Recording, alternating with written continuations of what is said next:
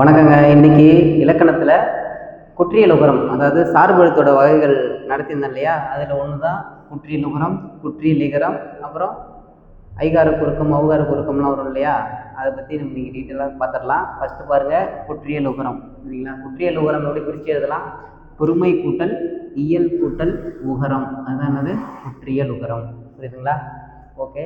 குற்றியல் உகரம் அப்படின்னா என்னன்னா பார்த்தீங்கன்னா, உகரம் ஊங்கிற வார்த்தை இருக்கு இல்லையா, அது வந்து குறைந்து ஒழிக்கும். அது எந்தெந்த இடத்துல எப்படி எப்படி குறைந்து ஒழிக்குதுங்கிறது தான் பார்க்க போகிறோம். பாருங்கள், ஃபஸ்ட்டு இந்த குழந்தை, வகுப்பு, பாக்கு, இந்த 3 சொற்கள் எடுத்துங்க. இந்த குழந்தை இருக்கு இல்லையா, இதில் ஃபஸ்ட்டு கூ இருக்கு இல்லையா, கூ எப்படி பிரிக்கலாம்? இக்கு கூட்டல் ஊ அப்படின்னு பிரிக்கலாம் இல்லையா? இங்கே வகுப்பில் இந்த கூ எப்படி பிரிக்கலாம்? இக்கு கூட்டல் ஊ. இங்கே எங்கே இருக்குது உகரம்? இக்கு கூட்டல் ஊ. அதாவது இங்கே முதல்ல இருக்குது, இங்கே இடையில இருக்குது, இங்கே கடையில் இருக்குது, இறுதியில் இருக்குது இல்லையா?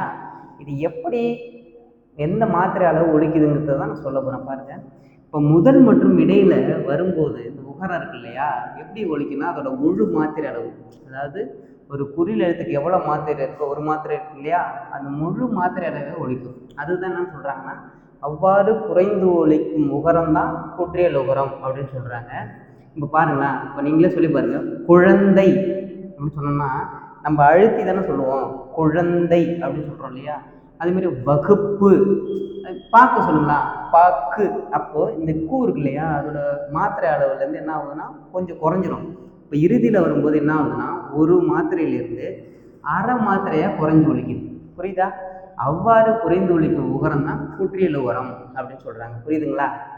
அதாவது முதல் மற்றும் இறுதியில் ஒரு மாத்திரை அளவு அப்படியே முழுசாக ஒழிச்சிடும்.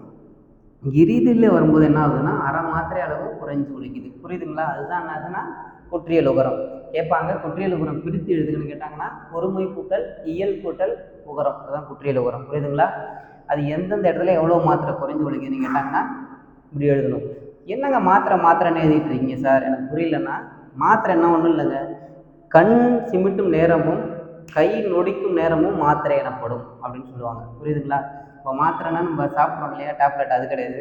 மாத்திரைங்கிறது இலக்கணத்தில் கண் சிமிட்டும் நேரமும் கை நொடிக்கும் நேரமும் தான் என்னன்னு சொல்கிறாங்க, மாத்திரைன்னு சொல்லுவாங்க. அப்படி பார்த்தீங்கன்னா குறில் எழுத்துலாம் இருக்கு இல்லையா, அதுக்கு எத்தனை மாத்திரைன்னு பார்த்தீங்கன்னா ஒரு மாத்திரை. புரியுதா? அடுத்தது நெடில் எழுத்துலாம் இருக்கு இல்லையா, அதுக்கு 2 மாத்திரை. ஒற்றை எழுத்துலாம் இருக்கு இல்லையா, புள்ளி வச்சு எழுத்துலாம், அதுக்கெல்லாம் எத்தனை மாத்திரைன்னா அரை மாத்திரை. ஆயுத எழுத்து உட்பட, அது ஆயுத எழுத்துக்கு எத்தனை மாத்திரைன்னா அரை மாத்திரை. புரியுதுங்களா? இதுதான் அந்த மாத்திரை அளவு. ஓகேவா? இதோட வகைகள் அப்படின்னு எடுத்துக்கிட்டிங்கன்னு வச்சுங்களா, 6 வகைகள் இருக்குது. குற்றியல் உகரம் எத்தனை வகைப்படுன்னு கேட்பாங்க எக்ஸாமில். 6 வகைப்படும். புரியுதுங்களா? என்னென்னு பாருங்கள். நெடில் தொடர், உயிர் தொடர், ஆயுத தொடர், வன் தொடர், மென் தொடர், அப்புறம் கடைசி இடைத்தொடர். புரியுதுங்களா? இந்த 6 வகையை பற்றி ஒன்று ஒன்றா தெரிஞ்சுக்கிட்டா போதும், குற்றியல் உகரத்துலேருந்து எப்படி கேள்வி கேட்டாலும் பதில் அடிச்சிடலாம். புரியுதுங்களா? அதுக்கு முன்னாடி இந்த லாஸ்ட் 3 இருக்கு இல்லையா, வன் தொடர், மென் தொடர், இடைத்தொடர். அது என்ன வன் மென் இடை?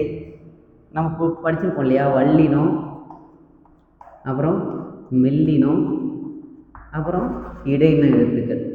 அதாவது இது ஒரு 6, இது ஒரு 6, இது ஒரு 6, மொத்தம் 18 உயிர்மை எழுத்துக்கள் இல்லையா?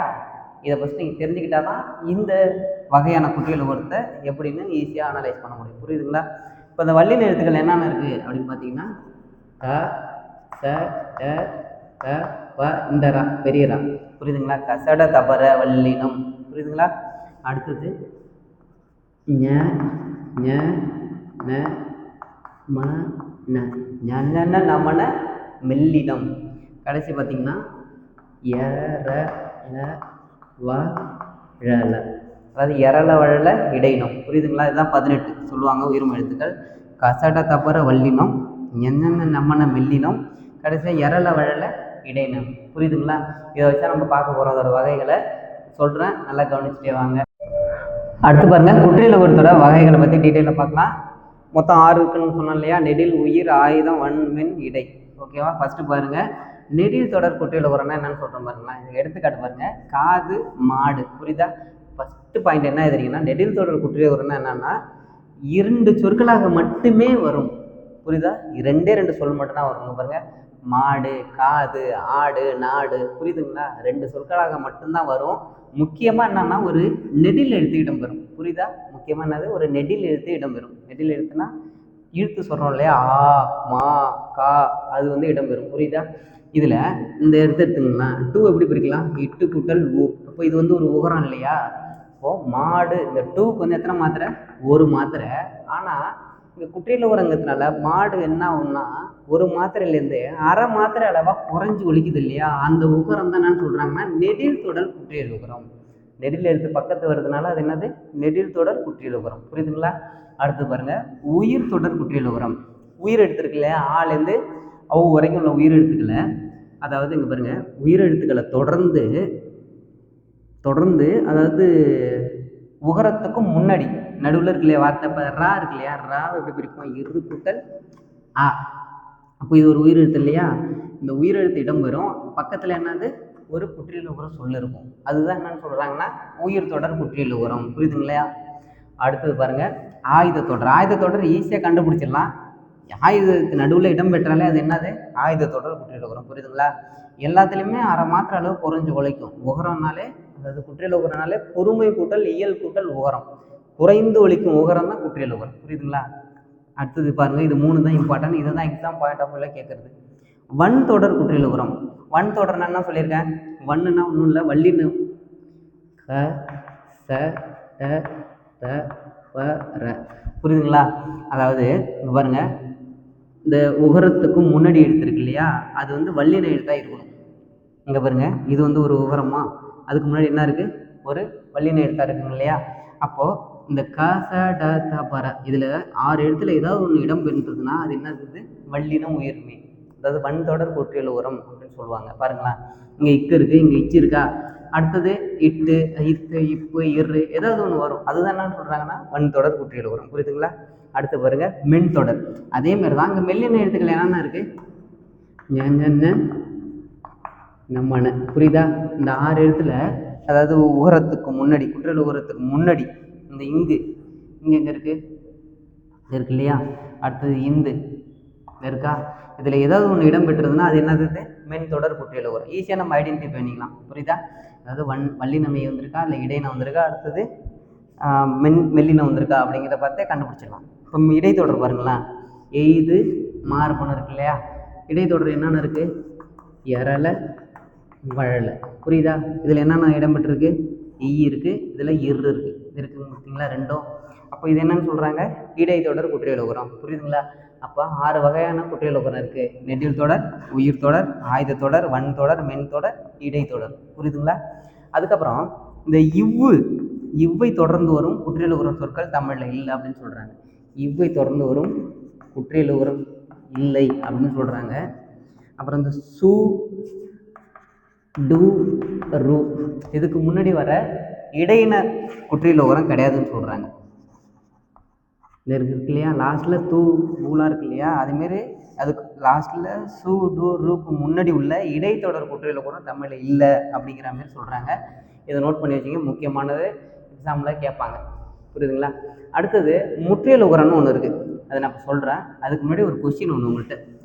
வெளிநாடு வாழ் இந்தியர் தினம் என்னைக்கு கொண்டாடுறாங்க, வெளிநாடு வாழ் இந்தியர் தினம் என்னைக்கு கொண்டாடுறாங்க சொல்லுங்கள். வெளிநாடு வாழ் இந்தியர் தினம் என்னைக்கு, வெளிநாடு வாழ் இந்தியர் தினம் வந்து ஜனவரி 9 அன்னைக்கு கொண்டாடுறாங்க. புரியுதா? எதனால் கொண்டாடுறாங்கன்னு பார்த்தீங்கன்னா, மகாத்மா காந்தி இருக்கார் இல்லையா, தென்னாப்பிரிக்கா போயிட்டு சட்டம் பயின்று இந்தியா வரனால தான் வெளிநாடு வாழ் இந்தியர் தினம்னு கொண்டாடுறாங்க. புரியுதா?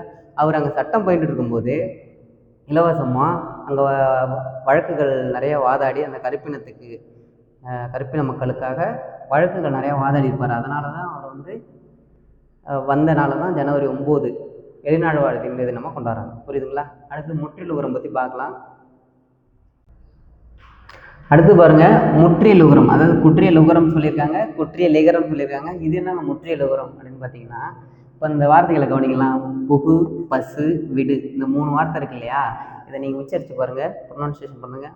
புகு, பசு, விடு, அதாவது கொஞ்சம் அழுத்தம் கொடுத்து சொல்கிறோம் இல்லையா, அப்படி சொல்லும்போது இந்த இக்கு கூட்டல் இந்த உகரம் வந்து குறையாமல் அதே அளவு மாத்திரையிலே ஒழிக்கும். புரியுதுங்களா? இதுக்கு இந்த கூக்கு, இந்த சூக்கு, இந்த டூக்கெலாம் எத்தனை மாத்திரை, ஒரு மாத்திரைங்களா, குறியில் எழுத்து மாத்திரை எவ்வளோ, 1. இப்போது குற்றியல் உகரம்னா என்ன ஆகும், அது அரை மாத்திரையாக குறைஞ்சி ஒழிக்கும் இல்லையா, அப்படி ஒழிக்காமல் அந்த முழு மாத்திரையிலே ஒழிக்குது. புரியுதுங்களா? அந்த முழு மாத்திரை முழுமையாகவே ஒழிக்கிறது தான் என்னன்னு சொல்கிறாங்கன்னா முற்றியல் உகரம் அப்படின்னு சொல்கிறாங்க. இதற்கான எடுத்துக்காட்டுகள் ஸ்கூல் புக்கில் ஒரு 5-6 எடுத்துக்காட்டு தான் கொடுத்துருக்காங்க. புகு, பசு, வீடு, அப்புறம் மாவு, இந்தமாரி ஒரு 4-5 எடுத்துக்காட்டு கொடுத்துருக்காங்க. அதை நல்லா மனப்பாடம் பண்ணிங்க. இதை தான் கேட்பாங்க. அதாவது ஒரு குற்றியல் உகர சொற்கள் ஒரு 3 கொடுத்துட்டு, முற்றியல் உகர சொற்கள் 1 கொடுத்துட்டு, பொருந்தாத ஒன்றை தேர்ந்தெடு அப்படின்னு ஒரு எக்ஸாம்லேயே கேட்டிருக்காங்க. புரியுதுங்களா? இது தெரிஞ்சுங்க. முற்றியல் உகரம்னா மாத்திரை அளவிலேருந்து குறையாமலே முழு மாத்திரை அளவே ஒழிக்கும். அதுதான் என்ன சொல்கிறாங்கன்னா முற்றியல் உகரம். புரியுதுங்களா? ஓகே. அடுத்தது பாருங்கள் குற்றியல் இகரம். அடுத்தது பாருங்க குற்றியல் இகரம். அதாவது சார்பெழுத்தோட வகைகள் 10 இருக்குன்னு இல்லையா? குற்றியல் உகரம் 1, அடுத்தது குற்றியல் இகரம் 1. குற்றியல் இகரத்தை எப்படி பிரித்து இதெல்லாம் பார்த்தீங்கன்னா குறுமை கூட்டல் இயல் கூட்டல் இகரம், அதானது குற்றியல் இகரம். உகரம் வந்துன்னா குற்றியல் உகரம், இகரம் வந்துன்னா குற்றியல் இகரம். புரியுதுங்களா? இப்போ குற்றியல் இகரம்னா என்னன்னு சொல்கிறேன் பாருங்கள். குற்றியல் இகரம் வந்து 2 இடங்களில் மட்டுமே இடம்பெறும். சரிங்களா? என்னது கேட்பாங்க எக்ஸாமில், குற்றியல் இகரம் எத்தனை இடங்களில் இடம்பெறும்னு கேட்பாங்க. எத்தனை இடம்? 2 இடங்களில் மட்டும்தான் இடம்பெறும். புரியுதுங்களா? பாருங்கள், இந்த வரகு கூட்டல் யாது என்னன்னு வரும். அதாவது இந்த கூ இருக்கு இல்லையா, இக்கு கூட்டல் ஊ, அது என்னன்னு மாறுதுன்னா இக்கு கூட்டல் இ கீயாக மாறிடுது. புரியுதா? அதாவது உகரம் வந்து இகரமாக மாறுது. அதுதான் குற்றியல் இகரம்னு சொல்கிறாங்க. அப்படி மாறும்போது அது என்ன ஆகும்னா கொஞ்சம் மாத்திரையிலேருந்து தானாக குறைஞ்சி ஒழிக்கும். புரியுதா? அதுதான் என்னன்னு சொல்கிறாங்கன்னா குற்றியல் இகரம். பாருங்களேன், இந்த கேள் கூட்டல் மியா, இந்த இல்லு இருக்கு இல்லையா, இந்த இல்லு இருக்கு இல்லையா, அது வந்து என்ன மாறுதுன்னா 3 சுழி இன்னா மாறும். கேள் கூட்டல் மியா வந்து கேள்மியா அப்படின்னு மாறிடும். அடுத்து பாருங்கள் செல் கூட்டல் மியா, அதாவது சின்ன இல்லு இருக்கு இல்லையா, அது வந்து என்ன பண்ணுவோம்னா 2 சுழின்னு போட்டால் சென்மியா அப்படின்னு மாறும். புரியுதா? இதுதான் வந்து என்னென்னா குற்றியல் இகரத்துன்னு சொல்லுவாங்க. குற்றியல் இகரத்தை பற்றி முக்கியமான ஒரு வார்த்தை சொல்லணும்னா, இது வந்து உரைநடை வழக்கில் இல்லை. அது வந்து இலக்கியங்கள் மட்டுமே காணப்படுது. புரியுதா? உரைநடையில் இல்லை, இலக்கியத்தில் மட்டும்தான் அது வந்து என்ன ஆகுதுன்னா காணப்படுது அப்படின்னு சொல்கிறாங்க குற்றியல் இகரம். புரியுதுங்களா?